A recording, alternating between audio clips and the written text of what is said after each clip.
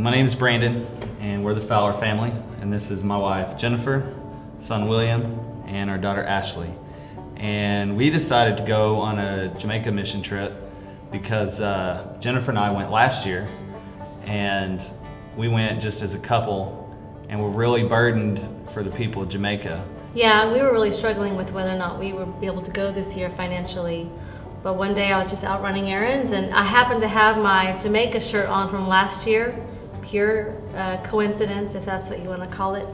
And I just felt the Lord impressing on me that we really need to go. We need to try to go. And so I called Brandon and told him, what I thought the Lord had said. And later on that night, he told me that, sure enough, he'd been praying about that morning, about whether or not to go. And so that was the answer that he needed from the Lord, that we needed to take our family. And God was faithful to provide the money for us to go.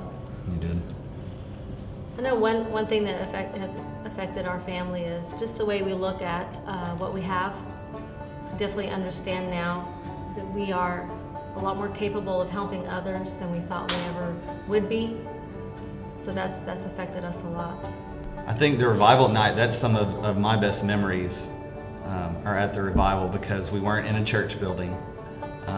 We were on a big blacktop basically down by the street, and as we would come and set up, we would have onlookers coming in, kind of sitting on the street, kind of wondering what's going on. The first night, I don't remember the number we had, it was small, that came in and actually sat down, because there was a fence between us and the street. And as the week went on, more and more people crossed over that fence and actually came in and sat down and felt comfortable enough. And by the last night, there were very few people that actually were sitting on the street. They actually came in and joined us. It was neat to see people just walking up the street and hearing the gospel. Even people that they weren't meaning to stop by and hear, they heard anyways. And one of the exciting things that we did after the service was over was we all danced. And that was just great. Every night we danced, and we all danced together. That was just a fun thing to do with our fellow brothers and sisters. At church, there were little kids going without their parents, and it just made me sad to see that. Man, we have it way too good here. We really do.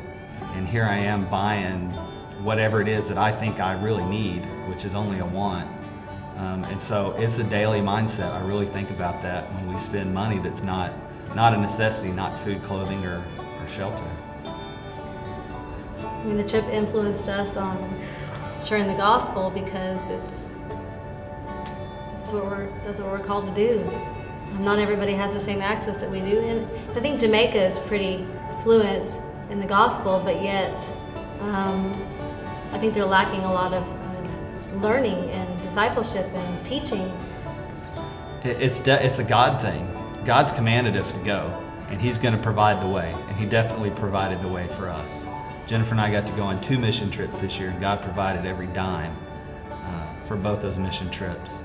Like she said, she prayed one day, and I prayed one day, and not knowing that either had prayed at the same time.